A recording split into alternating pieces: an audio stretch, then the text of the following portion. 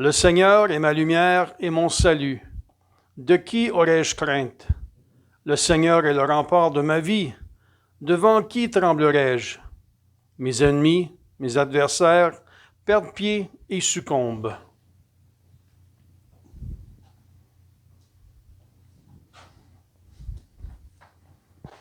Au nom du Père et du Fils et du Saint-Esprit, Amen. le Seigneur soit avec vous. Et avec votre esprit. C'est la 5e semaine du temps ordinaire que nous avons entamé depuis hier. Et puis, nous voulons nous rappeler, nous ici, à la paroisse Saint-Rémy, que nous continuons à marcher avec confiance, avec joie, dans cette année jubilaire, parce que nous rappelons que c'est le 60e anniversaire de fondation de notre paroisse, comme nous allons célébrer tout au long de cette année 2023. Alors, dans toutes nos célébrations, en fait, nous aurons toujours cette intention-là de demander que par notre patron Saint-Rémy, eh bien, que nous puissions grandir dans la connaissance de la parole de Dieu, dans la connaissance de Dieu, la connaissance de Jésus-Christ, et que notre fraternité ici en communauté se raffermisse davantage, et que nous continuons à être des missionnaires dans notre monde ici, dans notre milieu ici, à l'ouest, n'est-ce pas, d'Ottawa. Alors, ce qu'on va faire, on va commencer par nous tourner vers le Seigneur, et puis demander sa miséricorde. Très humblement, reconnaître que nous avons besoin de sa force, de son pardon, pour justement nous relancer et nous renouveler.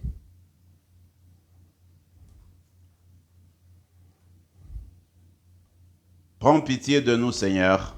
Nous avons péché contre toi. Montre-nous, Seigneur, ta miséricorde. Et donne-nous ton salut. Que Dieu Tout-Puissant nous fasse miséricorde, qu'il nous pardonne nos péchés et nous conduise à la vie éternelle. Amen. Seigneur, prends pitié. Seigneur, prends pitié. Ô Christ, prends pitié. Ô Christ, prends pitié. Seigneur, prends pitié. Seigneur, prends pitié. Prions le Seigneur.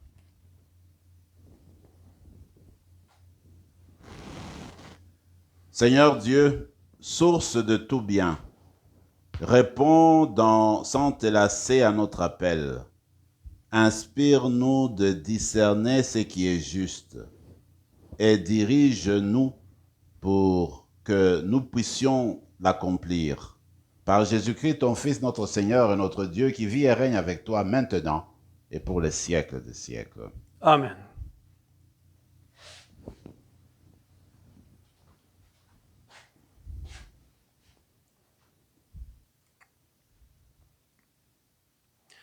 Du livre de la Genèse. Quand il créa le ciel et la terre, Dieu dit encore que les eaux foisonnent d'une profusion d'êtres vivants et que les oiseaux volent au-dessus de la terre, sous le firmament du ciel. Dieu créa, selon leur espèce, les grands monstres marins, tous les êtres vivants qui vont et viennent et foisonnent dans les eaux, et aussi, selon leur espèce, tous les oiseaux qui volent. Et Dieu vit que cela était bon. Dieu les bénit par ses paroles. Soyez féconds et multipliez-vous. Remplissez les mers, que les oiseaux se multiplient sur la terre. Il y eut un soir, il y eut un matin, 5e jour. Et Dieu dit que la terre produise des êtres vivants, selon leur espèce, bestiaux, bestioles et bêtes sauvages, selon leur espèce. Et ce fut ainsi. Dieu fit des bêtes sauvages, selon leur espèce, des bestiaux, selon leur espèce, et toutes les bestioles de la terre, selon leur espèce. Et Dieu vit que cela était bon. Dieu dit, faisons l'homme à notre image, selon notre ressemblance, qu'il soit le maître des poissons de la mer, des oiseaux du ciel, des bestiaux, de toutes les bêtes sauvages et de toutes les bestioles qui vont et viennent sur la terre. Dieu créa l'homme à son image, à l'image de Dieu, il le créa. Il les créa, hommes et femmes. Dieu les bénit et leur dit, « Soyez féconds et multipliez-vous, Remplissez la terre et soumettez-la. Soyez les maîtres des poissons de la mer, des oiseaux du ciel et de tous les animaux qui vont et viennent sur la terre. Dieu dit encore, « Je vous donne toute plante qui porte sa semence sur toute la surface de la terre, et tout arbre dont le fruit porte sa semence. Telle sera votre nourriture. À tous les animaux de la terre, à tous les oiseaux du ciel, à tout ce qui va et vient sur la terre et qui a souffle de vie, je donne comme nourriture toute herbe verte. » Et ce fut ainsi. Et Dieu vit que tout cela qu'il avait fait, et voici, cela était très bon. Il y eut un soir, il y eut un matin, 6e jour.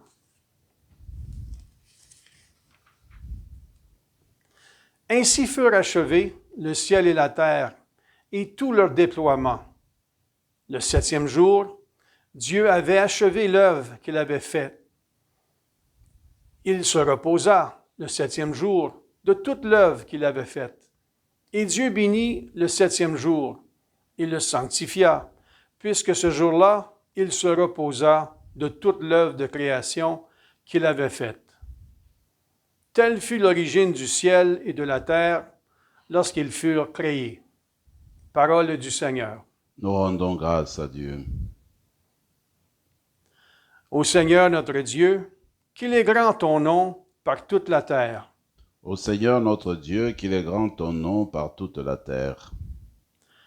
À voir ton ciel, ouvrage de tes doigts, la lune et les étoiles que tu fixas. Qu'est-ce que l'homme pour que tu penses à lui? Le Fils un homme que tu en prennes souci. Ô Seigneur notre Dieu, qu'il est grand ton nom par toute la terre. Tu l'as voulu, un peu moindre qu'un Dieu, le couronnant de gloire et d'honneur. Tu l'établis sur les œuvres de tes mains. Tu mets toutes choses à ses pieds. Ô Seigneur notre Dieu, qu'il est grand ton nom par toute la terre. Les troupeaux de bœufs et de brebis, et même les bêtes sauvages, les oiseaux du ciel et les poissons de la mer, tout ce qui va son chemin dans les eaux. Ô Seigneur notre Dieu, qu'il est grand ton nom par toute la terre.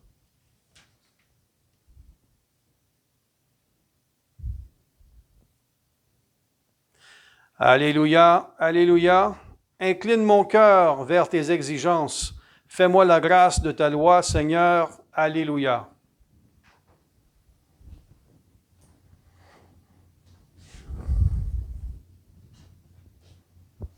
Le Seigneur soit avec vous. Et avec votre esprit. Évangile de Jésus-Christ selon saint Marc. Gloire à toi, Seigneur. En ce temps-là, les pharisiens et quelques scribes, venus de Jérusalem, se réunissent auprès de Jésus. Et, voyant quelques-uns de ses disciples prendre leur repas avec des mains impures, c'est-à-dire non lavées, les pharisiens, en effet, comme tous les Juifs, se lavent toujours soigneusement les mains avant de manger, par attachement à la tradition des anciens, et au retour du marché, ils ne mangent pas avant de s'être aspergés d'eau. Et ils sont attachés encore par tradition à beaucoup d'autres pratiques, lavage de coupes, de carafes et de plats. Alors, les pharisiens et les scribes demandèrent à Jésus, « Pourquoi tes disciples ne suivent-ils pas la tradition des anciens?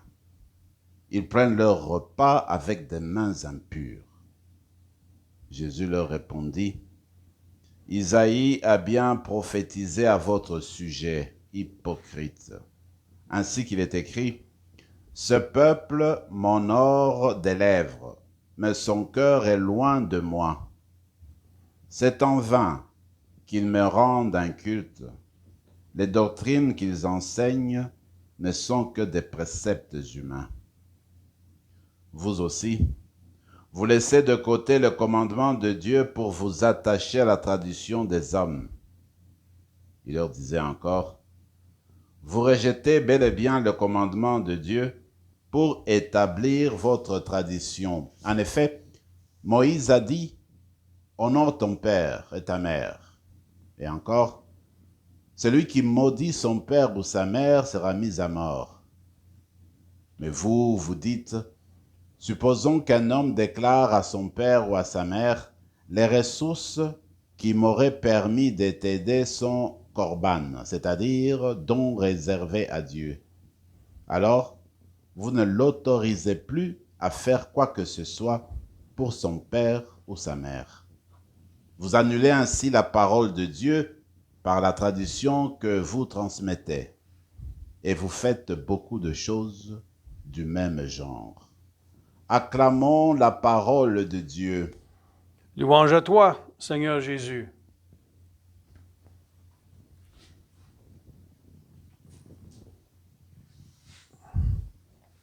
Je me souviens, jeune séminariste, j'avais fait un stage dans une paroisse dans la ville de Lubumbashi, ma ville natale. Et puis, c'était dans la communauté de ce qu'on appelle les Pères Blancs, donc les missionnaires d'Afrique. Alors, chaque matin, on avait la méditation, évidemment, dans notre chapelle. Il s'est trouvé que je me trouvais pas loin d'un des Pères Blancs, d'un des Pères des missionnaires d'Afrique d'origine française. Et puis, lui, là, je l'ai vu dans la méditation avec la Bible et il était sur la première page sur l'histoire de la création, sur la Genèse. Alors moi, séminariste, à ce moment-là, je me disais, mais comment ça se fait, lui, prêtre d'un certain âge déjà, comment ça se fait qu'il va lire l'histoire de la création? Qu'est-ce qu'il va apprendre là? Ce sont des choses qu'on connaît. Et puis, qu'est-ce qu'il médite là-dedans? Je me disais à moi-même. Mais tu sais, manque de sagesse et puis pas d'expérience. Voilà comment j'y réfléchissais à l'époque.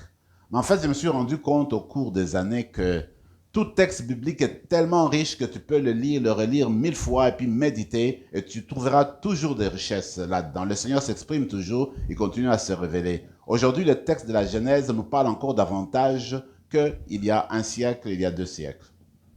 Regardez, c'est qu'en relisant ce texte, ce qui m'a frappé aujourd'hui, qui m'a jamais frappé avant, c'est de voir que dans la création de tous les êtres, n'est-ce pas, le Seigneur les crée selon leur espèce. C'est qu'en fait, quand tu regardes la nature, tu vois dans l'univers, tu prends par exemple la famille des oiseaux, mais il y a une multitude d'oiseaux. Dieu ne crée pas simplement un type d'oiseau, mais il en crée des milliers selon leur espèce, dans différents types d'oiseaux.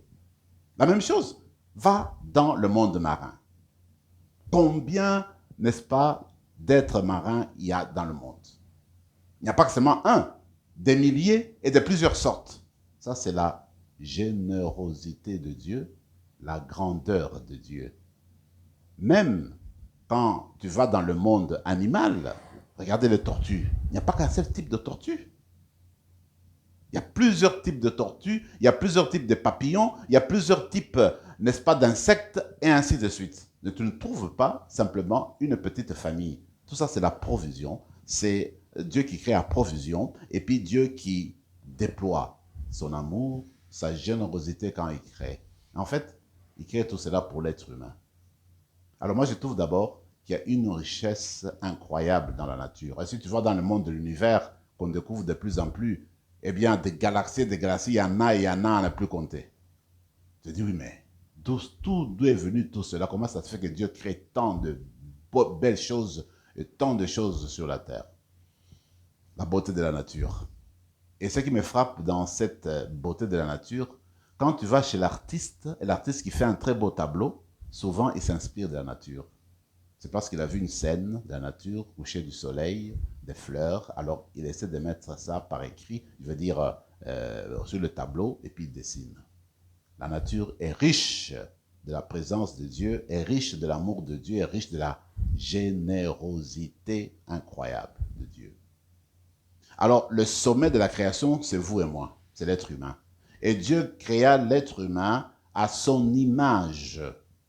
Comme pour dire, en fait, Dieu nous a créés avec une soif de lui. Dieu nous a créés avec une ouverture envers lui. Dieu nous a créés avec une capacité de le chercher, de l'aimer et d'entrer dans sa communion. C'est lui l'artiste. Il nous a créés avec une soif de lui. Il pouvait nous créer sans soif de lui, mais non. Il ne pouvait pas le faire parce que celui, c'est l'amour, il est don. Alors, il nous crée avec cette possibilité de commencer une relation avec lui. C'est pourquoi nous avons été créés à l'image et à sa ressemblance. Nous sommes invités en fait à vivre ensemble et à nous tourner vers lui. Dieu nous a créés pour vivre en communion avec lui. Il n'a jamais conçu l'être humain séparé de lui. Alors, c'est pourquoi il nous crée à son image. Et d'ailleurs, quand je parlais des espèces incalculables, regardez l'être humain. D'abord, il y a plusieurs races, il y a plusieurs cultures. Il n'y a pas qu'une seule race, n'est-ce pas? Il y a plusieurs races, il y a plusieurs cultures. Mais en plus de cela, quand tu prends un organisme humain, un organisme, tu regardes comment les organismes réagissent différemment vis-à-vis des médicaments. Tu vois, chez le docteur, il te dit, mais toi, c'est ce type de médicament qui va avec toi. Un autre vient pour la même maladie, c'est un autre type de médicament. La richesse dans notre organisme, nous sommes les mêmes, les êtres humains, mais encore là, nous sommes différents. Voyez-vous, ça c'est la richesse de Dieu, ça c'est la bonté de Dieu, la générosité de Dieu. Mais je voudrais conclure avec cette image donc de ressemblance et d'être proche de Dieu. Dieu nous a créés à son image et à sa ressemblance. C'est pas que je lisais une citation du pape François que j'ai trouvé magnifique. Il s'inspire justement de ce que la Genèse nous dit. En fait, il dit Dieu est présent dans chaque être humain parce qu'il nous a créés à son image et à sa ressemblance. C'est comme si on avait un sceau de Dieu en nous. Alors, que tu sois drogué, dit-il, que la personne soit en prison, que la personne soit malade, que la personne soit sérieusement handicapée, que la personne soit intelligente, soit sage, soit en bonne santé, que la personne soit riche, que la personne vive en dépendance de drogue, d'alcool, etc., eh bien, Dieu est présent en cette personne-là. Pourquoi? Eh bien, parce que Dieu se donnait à nous quand il nous a créés, il ne peut pas nous fuir. Nous a créés à son image, avec son sceau, il est en nous, il est avec nous, il est toujours avec nous, quoi qu'il arrive. Mais lui, il nous tend toujours la main pour nous faire sortir de nos ténèbres, pour nous faire sortir de nos obscurités, pour nous relever. Mais il ne nous fuira jamais, il est toujours avec nous. D'ailleurs, c'est nous qui le fuyons. Alors, ce qu'on va faire dans la célébration d'aujourd'hui, nous allons rendre grâce au Seigneur pour cette belle nature qui nous entoure. Nous allons rendre grâce au Seigneur pour la richesse du nombre des êtres qui vivent sur cette planète, dans ce monde. Et puis, nous allons lui rendre grâce pour tous les êtres humains. Imaginez depuis la création combien d'êtres humains ont vécu jusqu'à aujourd'hui. Et chaque être humain est unique. Encore là, quelque chose de formidable. Alors, on va rendre grâce au Seigneur pour cela. Regardez, dans l'évangile, moi je me dis, il faut sortir du légalisme, du rigorisme. Regardez le Seigneur devant les pharisiens. Les pharisiens, ils ne regardent que les choses extérieures. Oh, ils ne sont pas lavés les mains avant de manger. Mais le Seigneur revient avec cette belle citation d'Isaïe. Écoutez, ce que je cherche, moi, c'est le cœur. Ce peuple m'honore de la bouche, des lèvres, mais son cœur est loin de moi.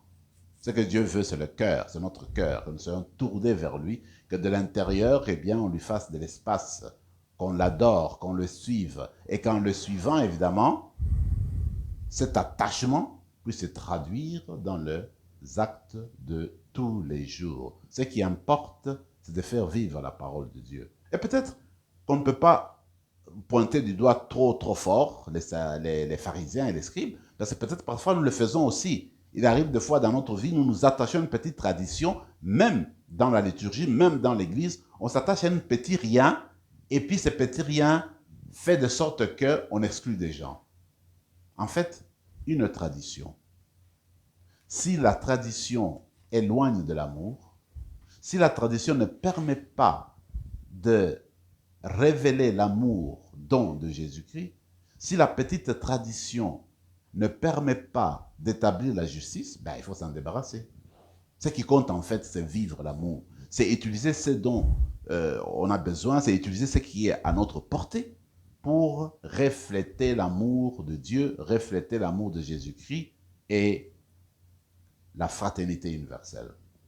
Alors dans la célébration d'aujourd'hui, on va demander cette grâce spéciale de redécouvrir notre place dans le monde, ici sur la terre, et de louer le Seigneur pour cela. Et en plus, on va demander au Seigneur de nous donner toujours plus d'amour, que ce qui compte avant tout, c'est l'amour.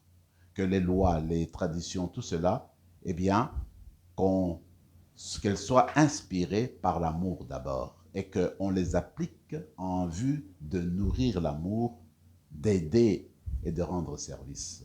L'Eucharistie que nous allons recevoir aujourd'hui, bien, va nous permettre de le faire, nous incite à nous aimer davantage. On va faire cette prière qu'on dit toujours, eh bien, Seigneur, fais que je devienne moi aussi Eucharistie, c'est-à-dire que je devienne nourriture pour les autres, que je sois toujours à la disposition des autres, au service des autres, que je sois toujours là pour relever les autres avec ta grâce. Et qu'en communion, eh bien, nous restons en communion avec Dieu et en communion les uns avec les autres. Amen. Amen.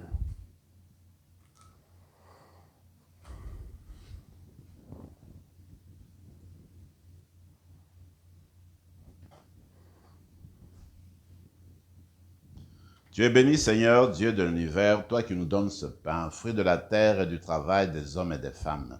Nous te le présentons, il deviendra le pain de la vie. Béni soit Dieu, maintenant et toujours. Comme c'est au sommet le vin pour le sacrement de l'alliance, puissions être unis à la divinité de celui qui a pris notre humanité. Tu es béni, Seigneur, Dieu de l'univers, toi qui nous donnes ce vin, fruit de la vigne et du travail des hommes et des femmes. Nous te le présentons, il deviendra le vin du royaume éternel. Béni soit Dieu, maintenant et toujours. Humbles et pauvres, nous te supplions, Seigneur, accueille-nous, que notre sacrifice en ce jour trouve grâce devant toi. Lave-nous de nos fautes, Seigneur, purifie-nous de nos péchés. Prions ensemble, mes frères et mes sœurs, au moment d'offrir le sacrifice de toute l'Église. Pour la gloire de Dieu et le salut du monde. Regarde favorablement tes serviteurs et tes servantes, Seigneur, nous t'en prions. Que notre offrande soit pour toi un présent agréable et nous fasse grandir en charité. Par Jésus le Christ, notre Seigneur. Amen. Le Seigneur soit avec vous. Et avec votre esprit, Élevons notre cœur. nous le tournons vers le Seigneur. Rendons grâce au Seigneur notre Dieu. Cela est juste et bon.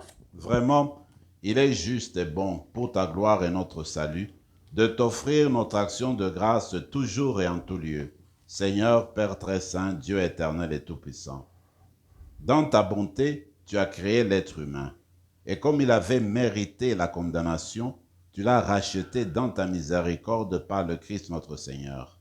Par lui, les anges célèbrent ta grandeur et les esprits bienheureux adorent ta gloire. Par lui, s'inclinent devant toi les puissances d'en haut et tressaillent d'une même allégresse les innombrables créatures des cieux. À leur hymne de louange, laisse-nous joindre nos voix pour chanter et proclamer. Saint, Saint, Saint, le Seigneur, Dieu de l'univers, le ciel et la terre sont remplis de ta gloire. Hosanna au plus haut des cieux. Béni soit celui qui vient au nom du Seigneur. Hosanna au plus haut des cieux. Toi qui es vraiment saint, toi qui es la source de toute sainteté, Seigneur, nous te prions, sanctifie ces offrandes en répandant sur elles ton esprit, qu'elles deviennent pour nous le corps et le sang de Jésus le Christ notre Seigneur. Au moment d'être livré et d'entrer librement dans sa passion, il prit le pain. Il rendit grâce, il le rompit et le donna à ses disciples en disant, « Prenez et mangez-en tous, ceci est mon corps livré pour vous. »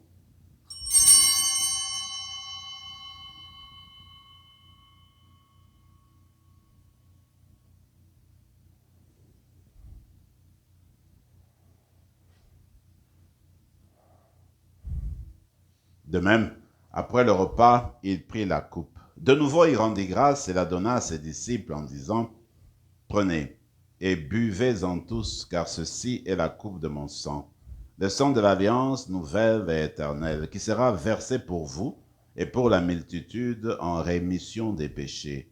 Vous ferez cela en mémoire de moi. »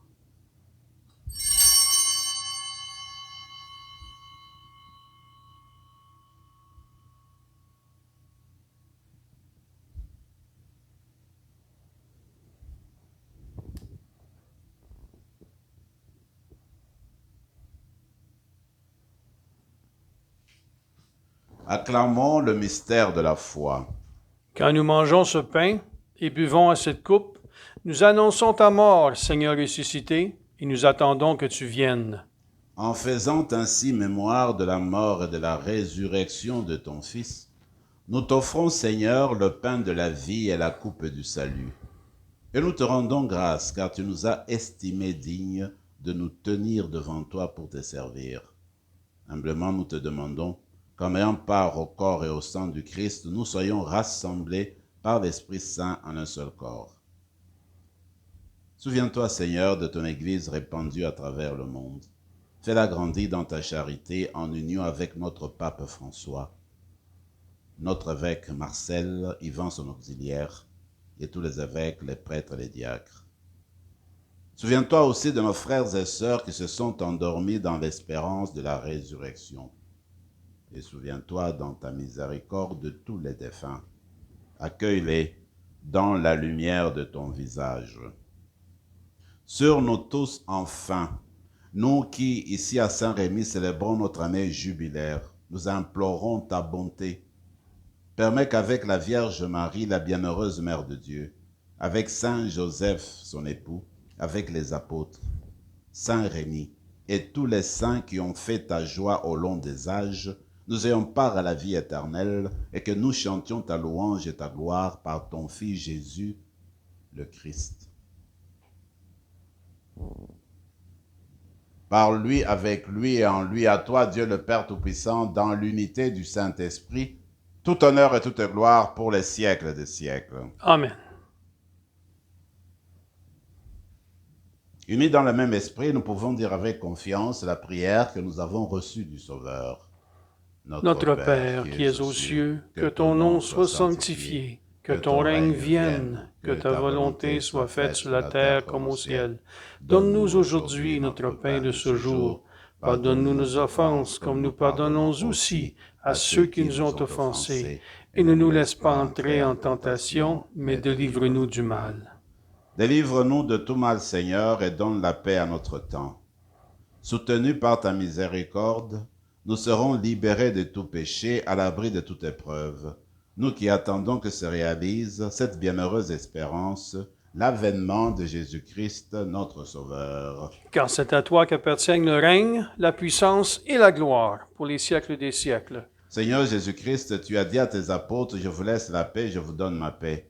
Ne regarde pas nos péchés, mais la foi de ton Église, pour que ta volonté s'accomplisse, donne-lui toujours cette paix et conduis-la vers l'unité parfaite, toi qui vis et règnes pour les siècles des siècles. Amen. Que la paix du Seigneur soit toujours avec vous. Et avec votre esprit, Agneau de Dieu, qui enlève le péché du monde, prends pitié de nous.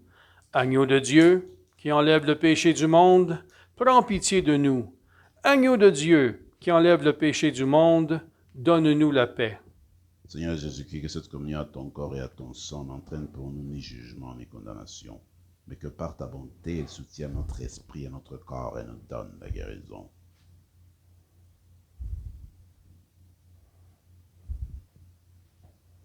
Voici l'agneau de Dieu, celui qui enlève les péchés du monde. Heureux les invités au repas des noces de l'agneau. Seigneur, je ne suis pas digne de te recevoir, mais dis seulement une parole et je serai guéri. Que le corps et le sang du Christ nous gardent pour la vie éternelle. Amen.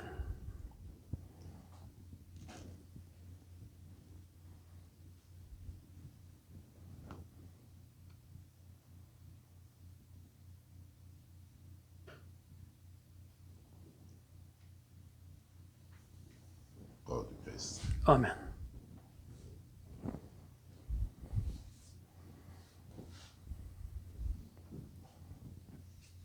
Prenons quelques moments de silence et de prière dans nos cœurs.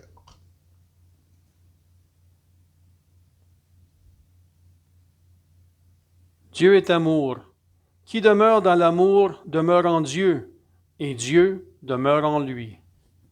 Prions encore le Seigneur. Par ta force de ta guérison, par la force de ta guérison, Seigneur, dans ta bonté, libère-nous de nos égarements et conduis-nous par le droit chemin, par le Christ notre Seigneur. Amen.